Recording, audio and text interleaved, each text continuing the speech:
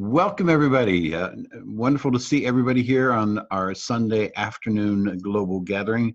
We have the real delight today to welcome Nicole De Haas, who is has been a tutor at Arthur Findlay College, but she has courses at this Wannenhof, and she's going to let me know if I pronounce that wrong. But Yeah, no. is that right? Kind of right. It's good. It's close, huh? And she is a materialization medium. And so I'm anxious to hear what she has to say today about physical mediumship. And we're all learning about the physical mediumship now. Many of us are involved in circles. We have our own circle, and Rob is here as well, who's in the circle. So we're anxious to hear what Nicole has to say. So with that, I'll turn it over to Nicole.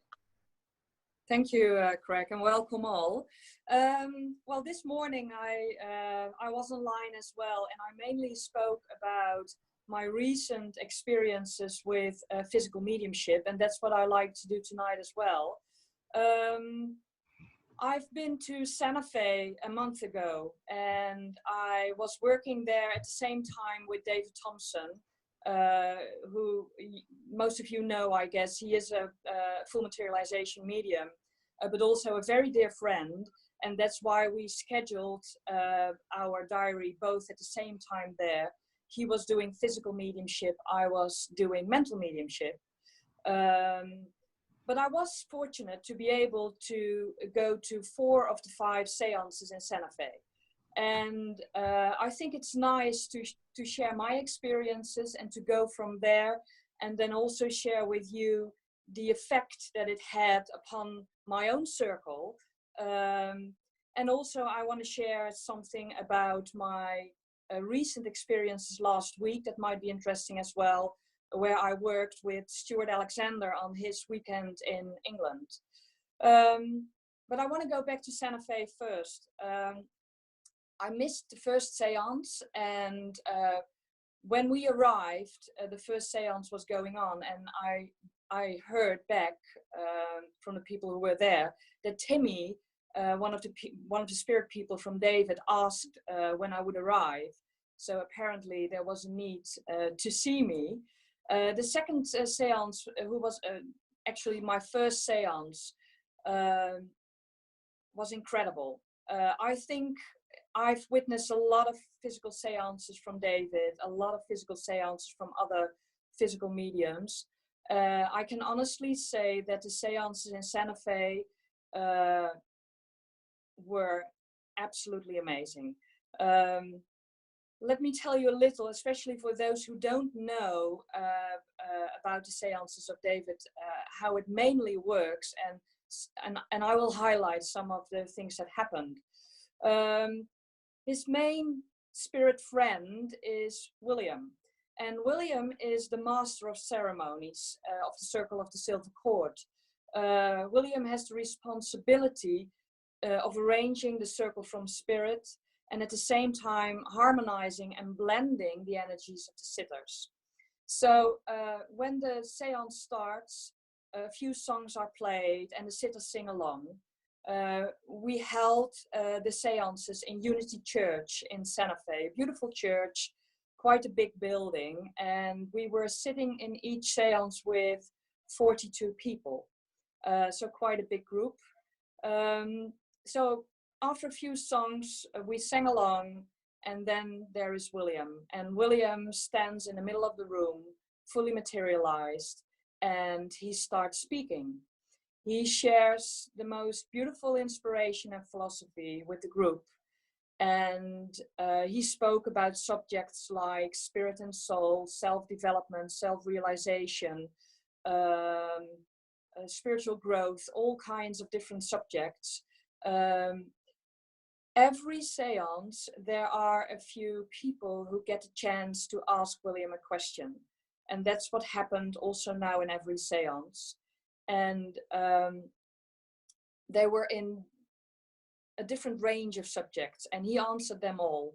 Every time when a sitter asked a question, he walked towards the sitter and asked the sitter, "Can I place my hand upon your head?" Well, that's already quite an experience for most of the people, because when he puts his hand on your head, it is a real physical, really large hand. And if you know David's hands, they are quite small, and William is a very tall man. So that's what mainly happens in the beginning of the seances. It also happened now. On all occasions, Timmy came. Timmy is a young spirit, a boy, 9-year-old boy. He's the orchestrator of the communication, but also the manipulator of the ectoplasm. Well, Timmy is a very funny boy. He helps to raise the vibration. He helps to make people feel comfortable, basically. Timmy did some quite extraordinary things as well on the different seances.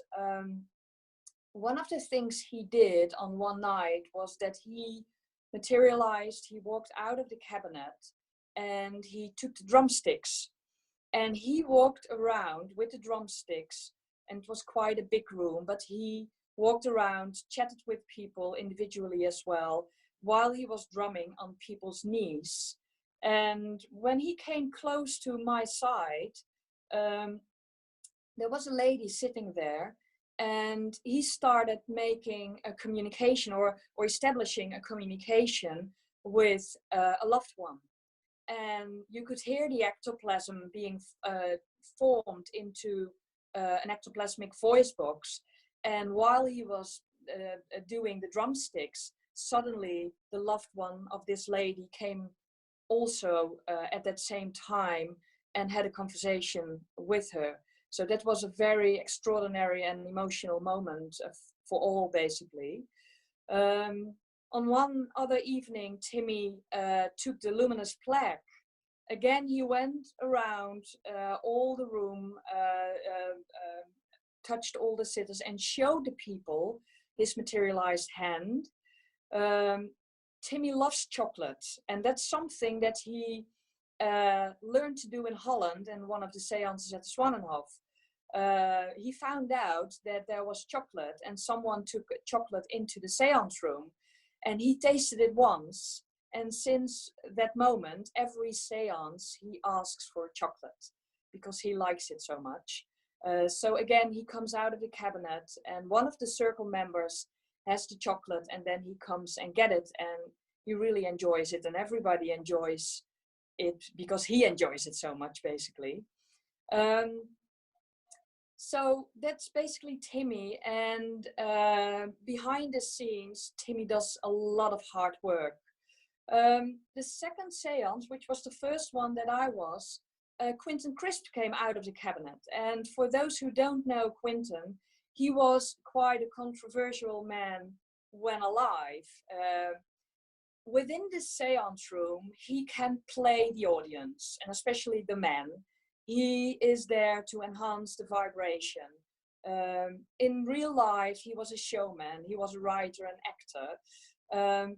What I find interesting with his presence in the seance room is that it shows that the spirit world knows no gender in that sense, because it shows you that a homosexual man can work through the vibration of a heterosexual medium.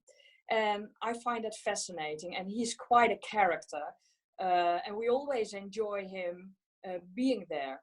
It was actually the first time that he came up to me personally, and he said to me, when I arrived at first seance, "You made the boy in the chair very happy with your arrival." Also, William came to me the first seance, and that was quite a good proof, because since April, David told me not to share anything anymore about things that happened every week in my home circle, because he just did not want to be informed or influenced. So I stopped doing that. In the seance, William came up to me quite quickly, and he said, "Nicole, I want you to go back 3 circle evenings before your departure to the US. And I said, "Yes." And he said, "Well, your circle heard a voice speaking independent from you." And I said, "Yes." And he said that was me. And he said to me at that time, he said, you always knew, because I told you 2 years ago, that there would be a strong vibrational link between the circle of the silver cord and your circle. And there is a reason and a purpose for the future. That evening, he said that he was committed to my circle to develop the direct voice, and that he would succeed in time. So that was a nice confirmation. And all I can say is that last Tuesday, he managed again in Holland to speak in our home circle. So that's quite extraordinary, I think. And I feel privileged that he's also in a way working hard behind the scenes in our circle. So that was good proof to me. Also, another phenomenal thing happened in that seance, and that was with the materialization of May. Well, May does not come very often. May is an African-American lady. She explained that she lived in the time of slavery and worked on the cotton fields in America. When she was alive, she already had the responsibility of taking care of children. And that's what she's still doing in the world of spirit, because she brings children from the spirit world into the seance room and reunite them with family or with their parents. And interestingly, William spoke that night about the spirit, the soul. When does the spirit enter the physical body? When does the soul enter the physical body? He spoke about unborn children. And after that, May came out of the cabinet and she proved actually what William was explaining. She brought a young man from spirit, but he passed to the spirit world as an unborn baby. The mother in the room knew about the pregnancy because it was not early in the pregnancy. So she knew about it, and she lost her child when she was pregnant.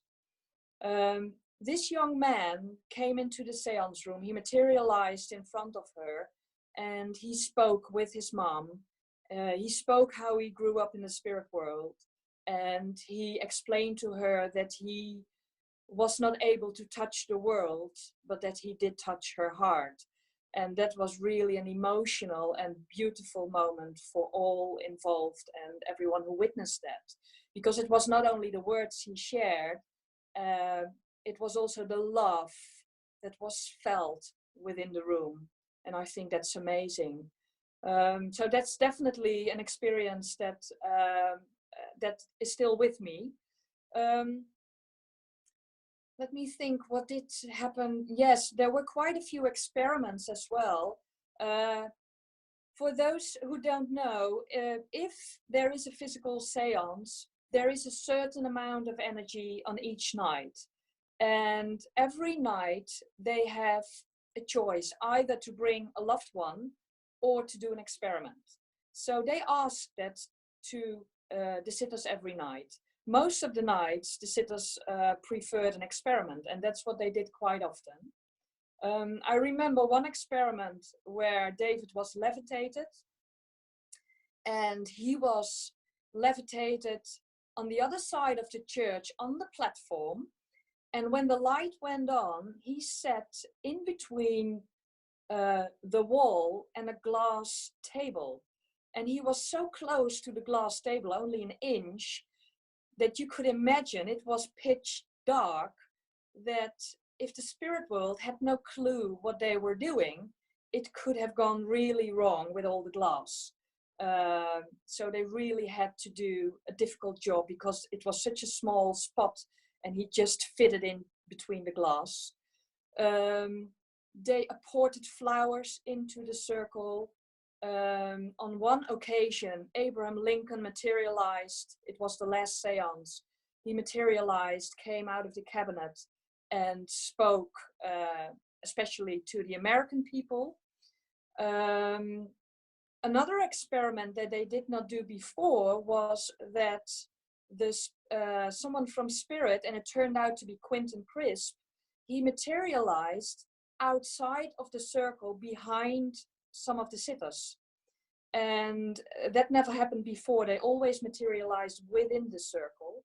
But suddenly people felt being touched. And Timmy explained later that it was Quentin doing this. So that was another experiment that they did. Louie Armstrong, who is part of the team of David, came every night. But one night was really a highlight for him as well as for us. And that's a nice story to share, because he was singing his song, and some of the evenings he also played the harmonica. But on this night, he sang his song, and just before he wanted to go back into the cabinet, Tom Newman, the organizer, called him and said to Louis, there is a lady on the other side in the middle of the room, and she has a gift for you, and she wants to give it to you.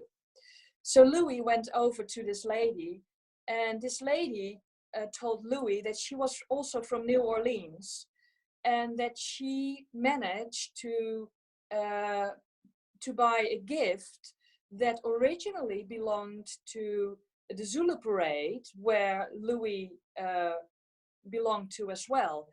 And that gift was something special that she was able to get from 1944. Well, he was so emotional, Louis was so emotional, that really you saw and you felt not only the singer that you would normally hear, you felt his emotions and you felt part of his previous life.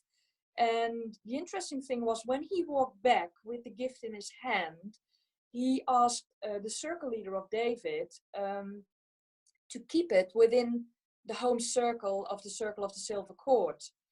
And he didn't want to go back into the cabinet because he was so attached to what he just received, and he could not take it with him, that in the end, William said to Louis, it's time that you should go back. You can't stay any longer.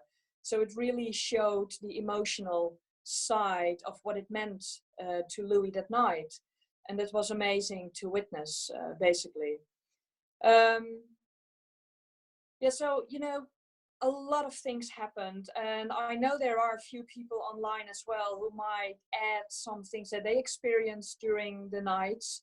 The interesting thing was, when I was in Santa Fe, David and his circle also sat one night with me and the circle. And that was quite an interesting night, because it also taught me how different we all develop.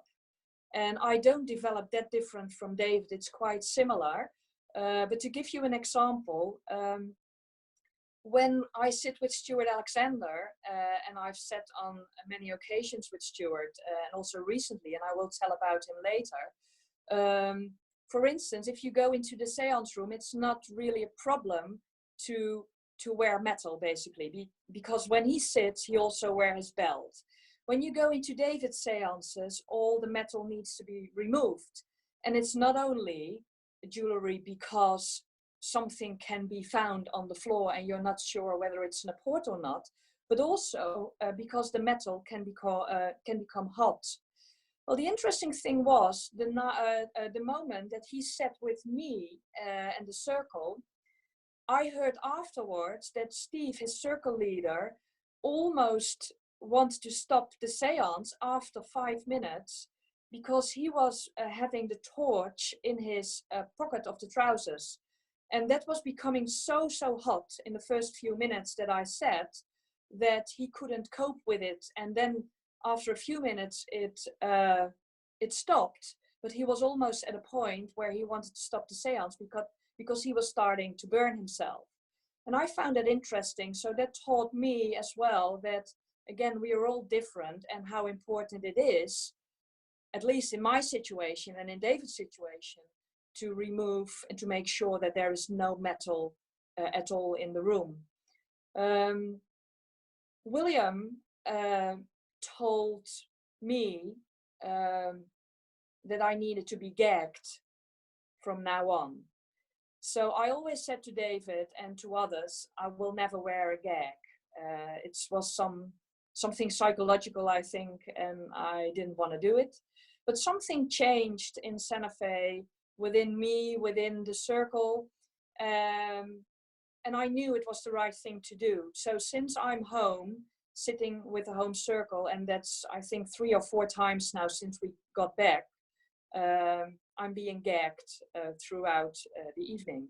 And the reason is that, in a way, we challenge the spirit world even more to work independent from me. So that's a change in my development. Also, another change is the change of circle leader. Also in Santa Fe, it was William inspiring David to tell us that Karen, who is online as well, and she was in Santa Fe with me, that she should be the circle leader, because there was a need for a stronger circle leader, and there was a purpose for my development. Interestingly, what we did not know at that time was that the previous circle leader was already having doubts, but he didn't share that with me in that sense. So that was quite a surprise when he left. But apparently the spirit world already knew in Santa Fe, otherwise they wouldn't have made this decision basically.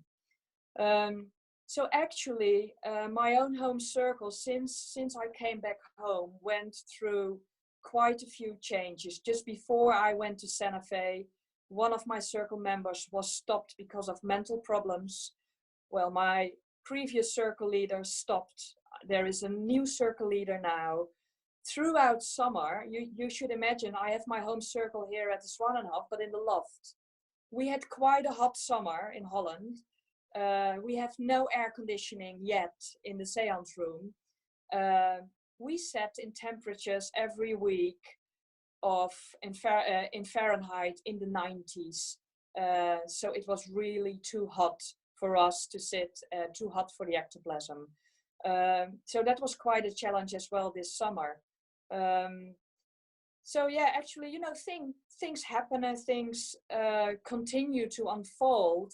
The focus seems to be at the moment for the last weeks more on the direct voice. But again, I trust the spirit world and they know what they are doing. But it's quite an interesting journey again, and with some unexpected turns basically. But I have full trust in the spirit world and in David and William. So I'm very privileged that they are part of my development and my life.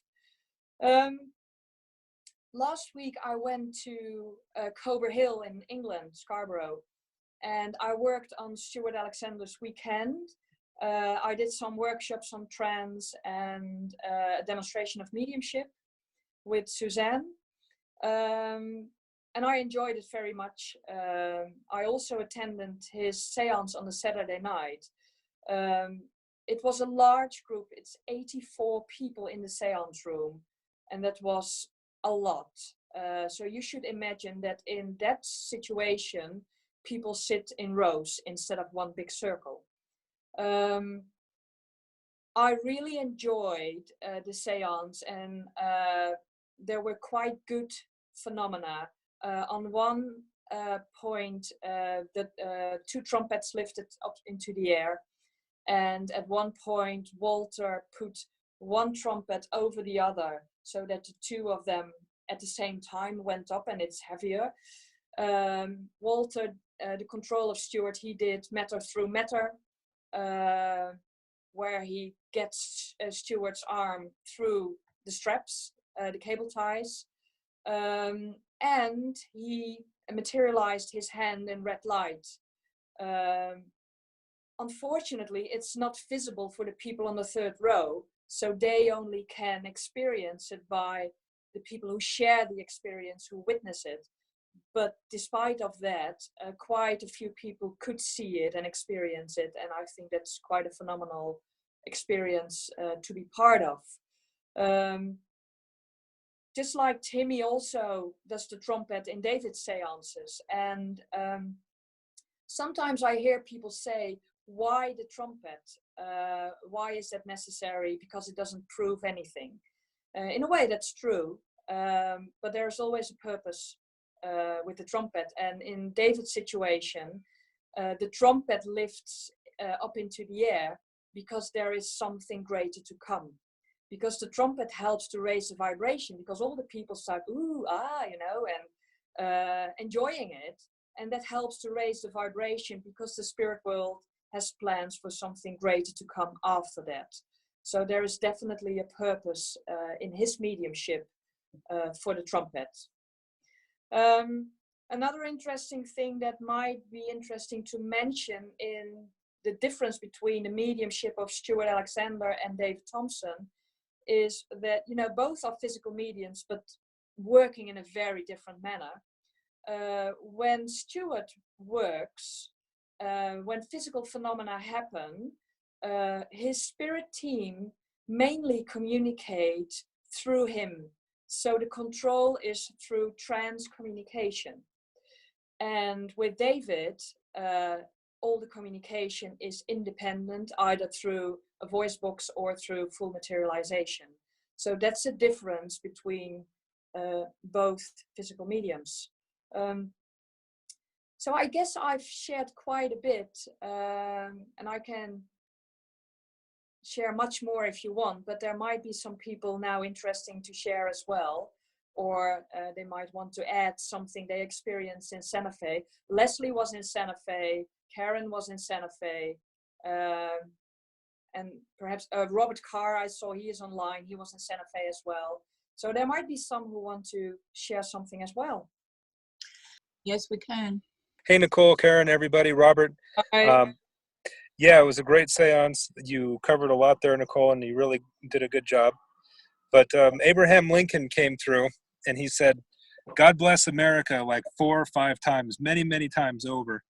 And that sort of developed as a personal joke that David and his friends were joking around while they were here. God bless America, this, that, and the other. The Americanism, Americana type stuff of being in America on a trip. And I've heard that when you're around David on the day of a seance, you need to be careful about what you say and how you joke, because his spirit team is, of course, right there with him as well. And so they were picking up on this this joke that sort of, to my understanding, formed between David and his friends. So Abraham Lincoln came through as an experiment, and they said, he was saying, God bless America, doing this joke again and again. But he also had words of encouragement and kind of give a picture of the idea of the American government, the American experiment of government of the people, that it's still this beacon of government that people are looking to across the world, and an exemplary system of government, and that essentially the charade is up. He didn't know anybody by name like Donald Trump or current political situation in the States, but he was saying that the time is coming short where there'll be big changes with that, and that there'll need to be a collapse in the government within the United States, and democracy here will continue after that, and that essentially the current administration and people in power, essentially it's a puppet government. And that was really the extent of what he had to say. And I think that question came from Robert in Illinois, so that's a good question for Robert. But yeah, it was a lot of fun. Yeah, the question came from Rob Blackburn, but I couldn't mute him. Yeah, nice guy. Yeah. Yeah, he was in Arizona, and David singled him out in a group there. I was there for the deep trance demonstration that David did in Arizona, and he was talking about how he can identify people who have the ability to develop physical mediumship, and he singled Robert out in the group. He said, like, this man here, and I don't remember the words, with the glasses or whatever, and it was Robert. So that was a lot of fun to be there to share that moment with Robert.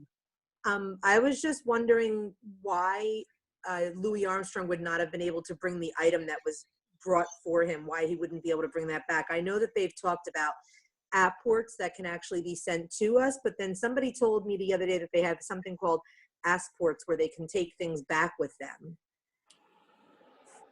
Okay, so most of the apports that David in his mediumship received are not coming from the world of spirit, but from a different place in this world.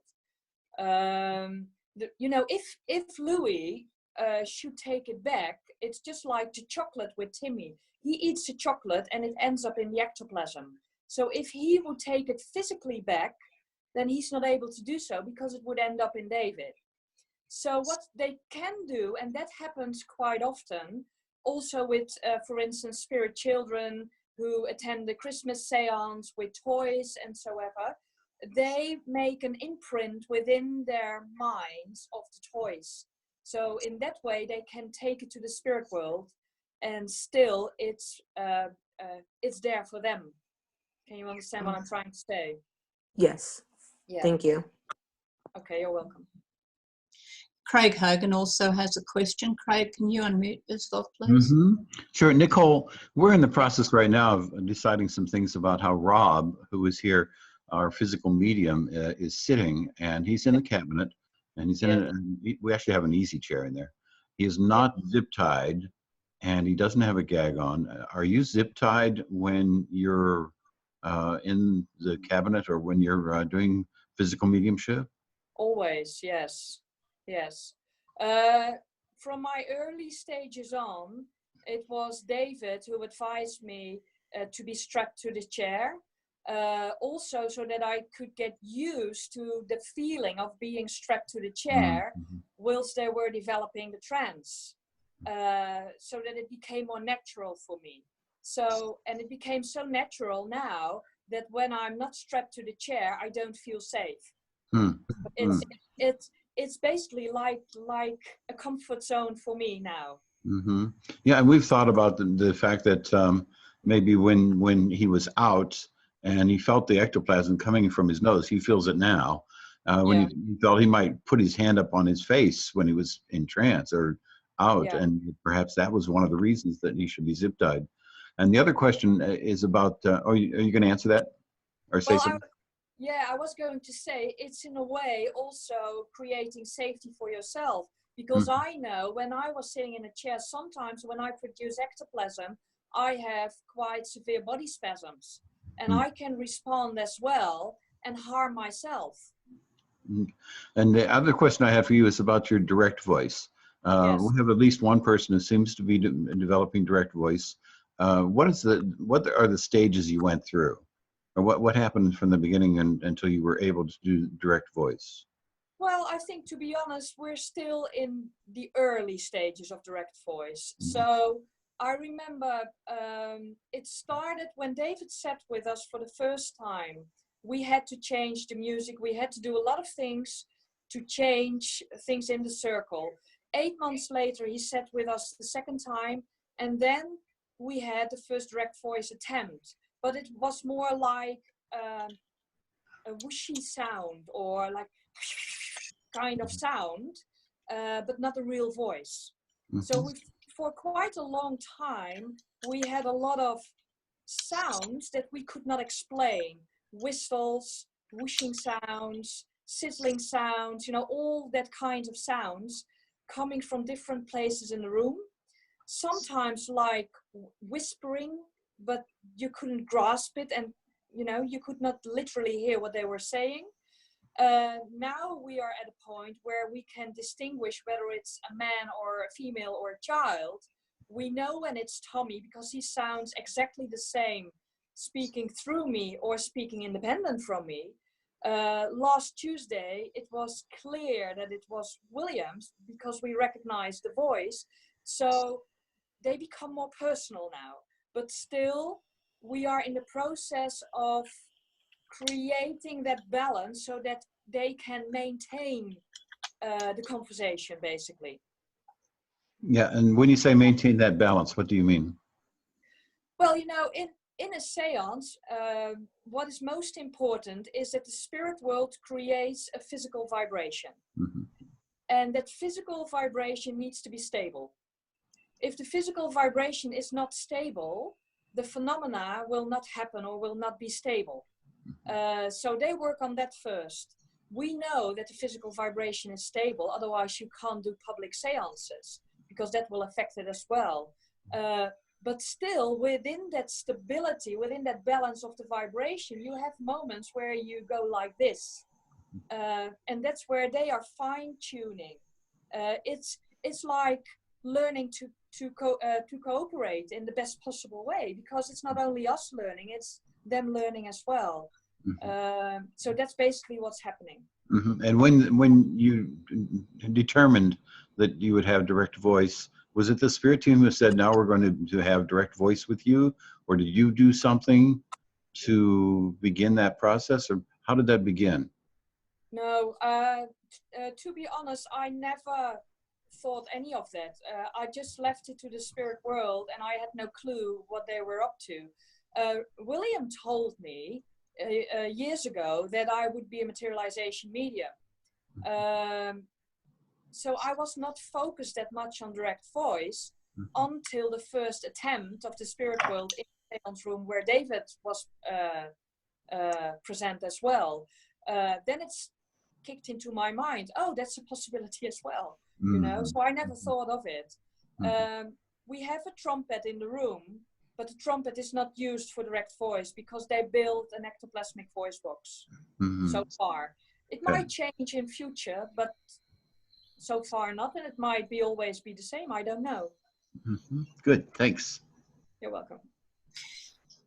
For some reason, I don't seem to be able to unmute and mute people. So, Catherine, can you mute yourself, please?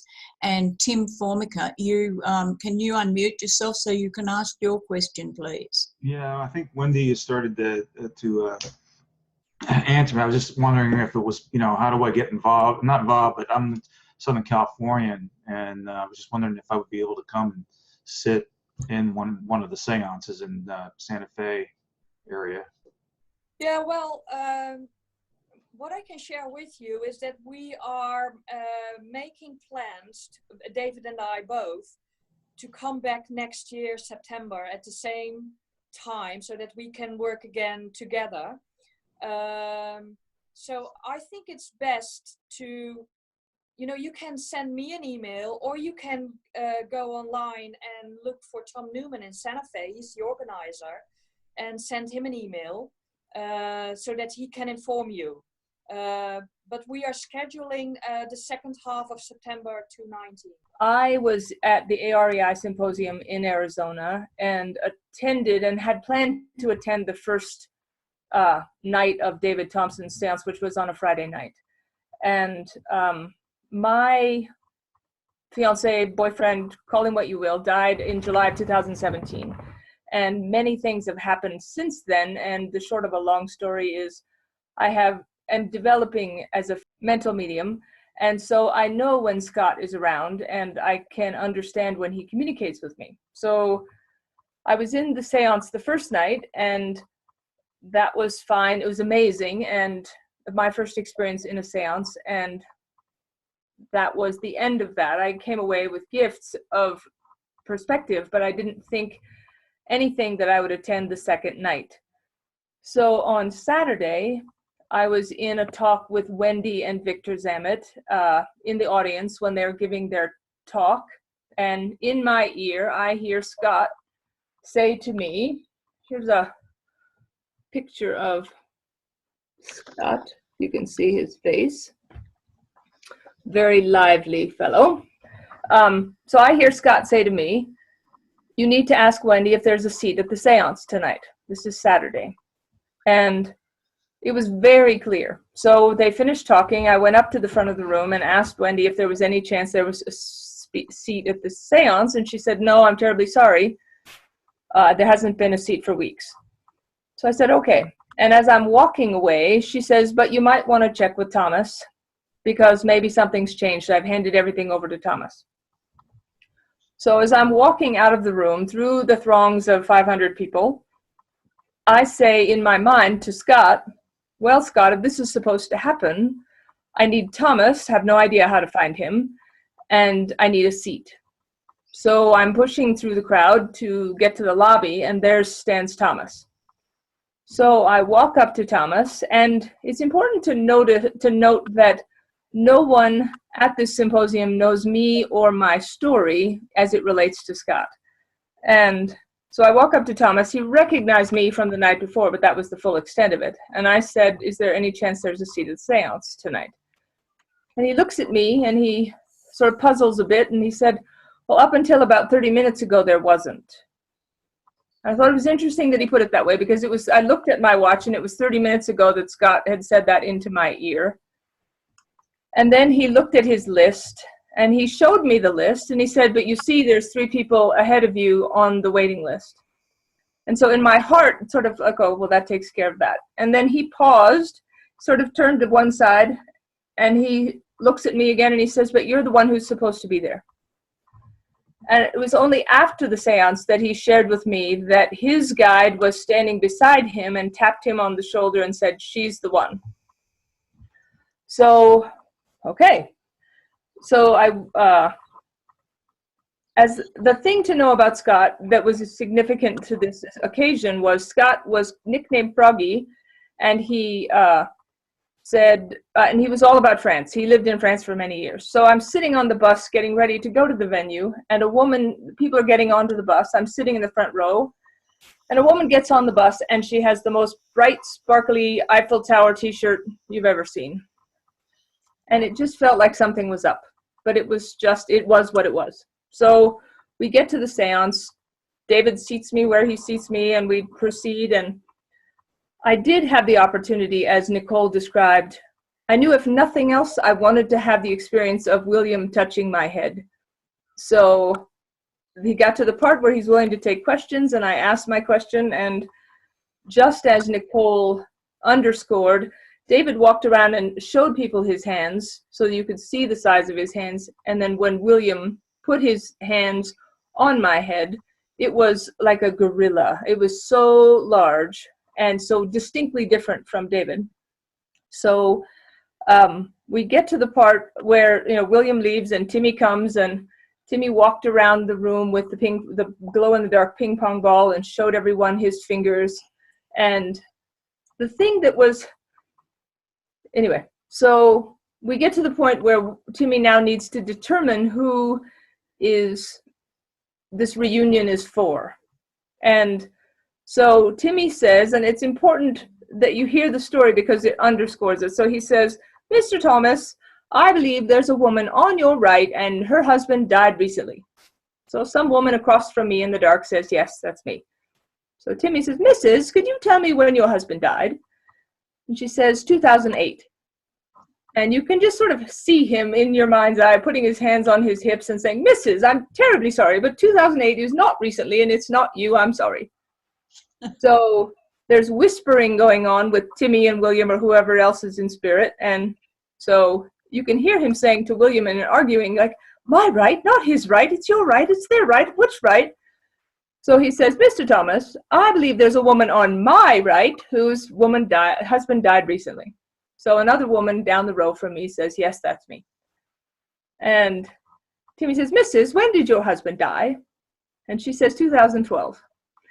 And he's exacerbated at this point. He says, Mrs., I'm terribly sorry, but 2012 does still not count as recently, and it's not you, and I'm sorry.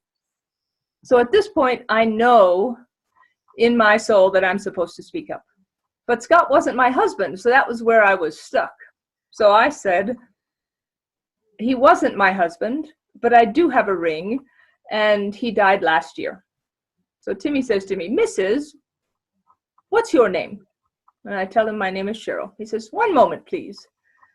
And there's some whispering. And then he says, yes, it's you. And at this point, your heart stops and your head explodes in your mind because you can't believe that this is actually about to happen. And what I had said to Scott before I came to Arizona, knowing that these kinds of things can happen, I don't need this proof. You don't need to materialize to show me that you're here. I know you're here. But if this happens, then I promise you I'll use it to teach. So now it's about to happen. And Thomas, through the darkness, tells me, okay, Cheryl, you're going to need to speak to him so that he can anchor to you. And so they tell me when to speak, and I'm talking to Scott, and I love you, and I'm here. And so he's first 15 feet away, and then he's in front of me. There is no time, and he's in front of me. And again, it's important to note that no one in that room, even if they knew Scott's story, they certainly didn't know Scott's face because something happened that was evidential to me. And Nicole, feel free to correct me on this, but I'm going on my interpretation and things I've received from Spirit since it happened. What happened was Scott was in front of me and he started to talk. But the interesting thing that was evidential to me was he started to talk and it was 3 or 4 or 5 words in one voice, and 3 or 4 or 5 words in another voice, and then another voice, and then another voice. It was like he was tuning a radio to find the voice that was going to work. And afterwards, people said, well, was it his voice? Well, it's in my head. It's not his voice either. It wasn't his voice, but that's not the key piece. The key piece is that the way that Spirit gave it to me is the voice box is a CD for all intents and purposes, and there are only so many songs on that CD. There's only so many voices, and Scott chose a voice that sounded like he chose Louie Armstrong's voice. And so people were asking me afterwards, is Scott black?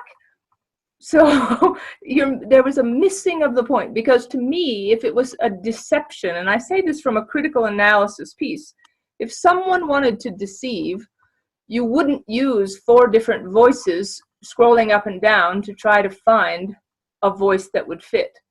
But once he landed on that voice, we talked back and forth, and unfortunately the recording didn't work. But Wendy, I wanted to make sure to tell you that they told me why it didn't work.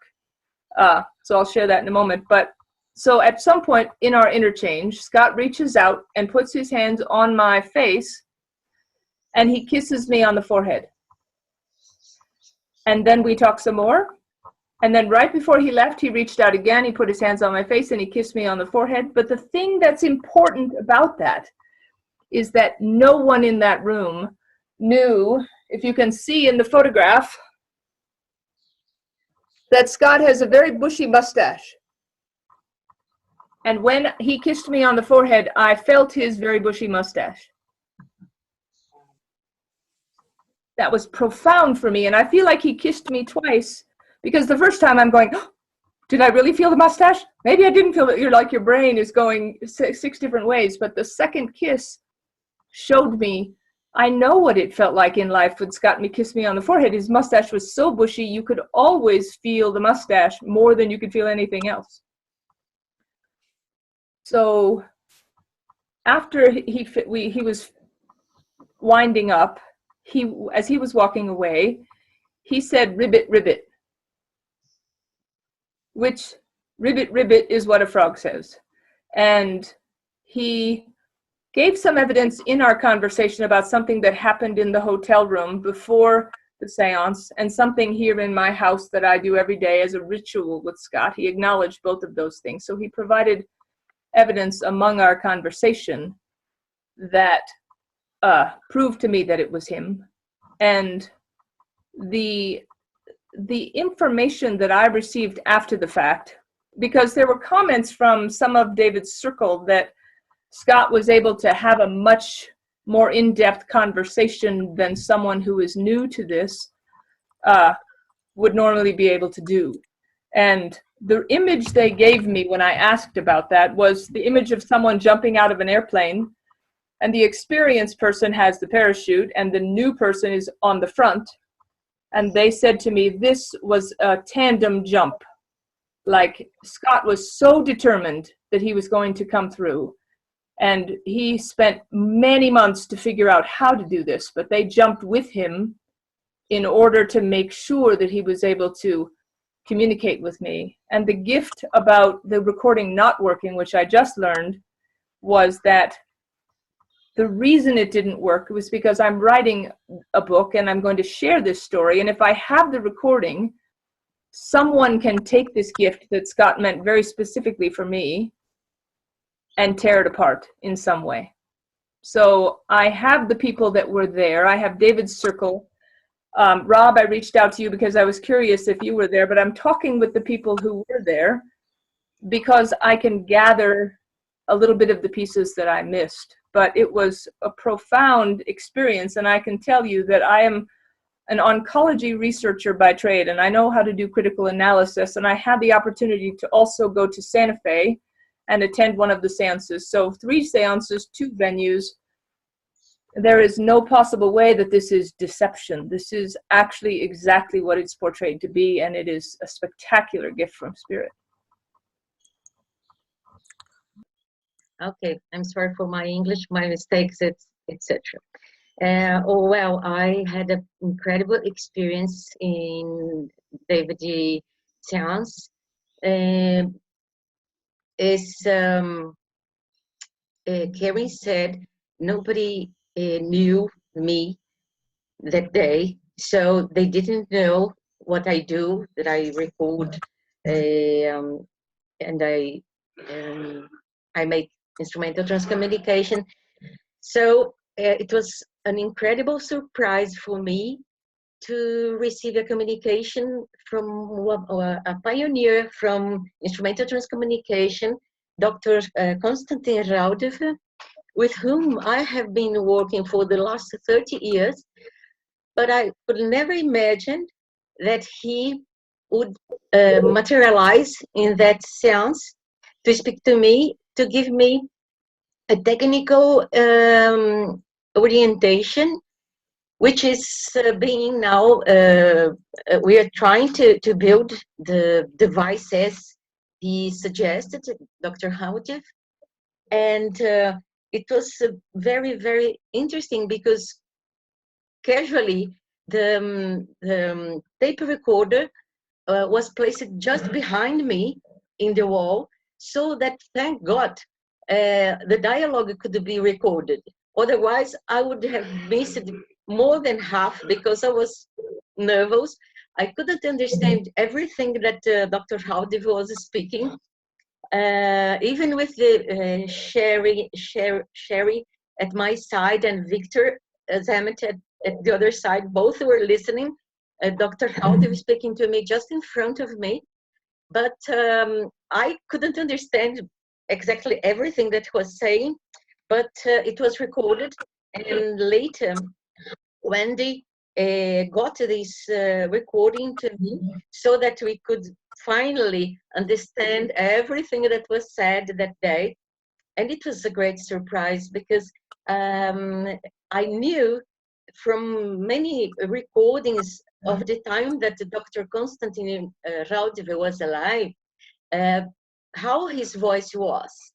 And it was exactly the same voice, exactly the same voice. That there is many examples of his own voice when he was alive at internet, so it could be compared, and it was precisely the same voice. So it was an incredible surprise for me for the technical orientation, which I suppose will help us in making the dialogue more in real time. That's what we are expecting with this technical orientation he gave. And when we try and we test and whatever we get, obviously I will let everybody know. And let's hope that it will be something very good that I am expecting it, I think. Wonderful. Thank you, Sonia. That was wonderful. I think we might end the recording part of this now. So I'll just get Craig to say a thank you to Nicole and to Cheryl, and then we will take some questions and discussion. Craig, over to you. Yeah, thank you, Nicole. It was wonderful. It was informative and exciting, the work that you're doing. And Cheryl, thank you for that marvelous story. And Sonia, of course, your encounter with Raudeva. So we are thankful that everybody has come. Look forward to seeing you on next Sunday. Yeah, Craig and I are hosting a AREI Zoom group about physical mediumship for current sitters that are in development. Whether you're a physical medium in development or a sitter, you know, there's some transformation happening. So we wanted to provide a venue for those experiences, these things that in our growth we don't quite understand. And we wanted to make sure that there was a place where you know, we could come together and talk about our mutual experiences. right now there seems to be interest in remote physical mediumship circles. So people using Zoom as a platform to sit, which is highly experimental. And, you know, it's only this age and this time that really provides for something like that. And so Craig and I are helping to establish some of those groups, people that would like to experiment in that and see where that goes. And also, you know, we want to have that, like I said, that venue for a conversation and exploration into this great mystery of development. And we just invite anybody who's interested in that to be a part of it. And we are meeting on the 1st and 3rd of the month. Every month we have the next 2 months set up. And then after that, we got to work around the holidays. Not exactly sure, you know, where some of these dates land, but we're going to try to avoid the holidays. But other than that, they're 1st and 3rd of every month. And we welcome anybody who wants to participate.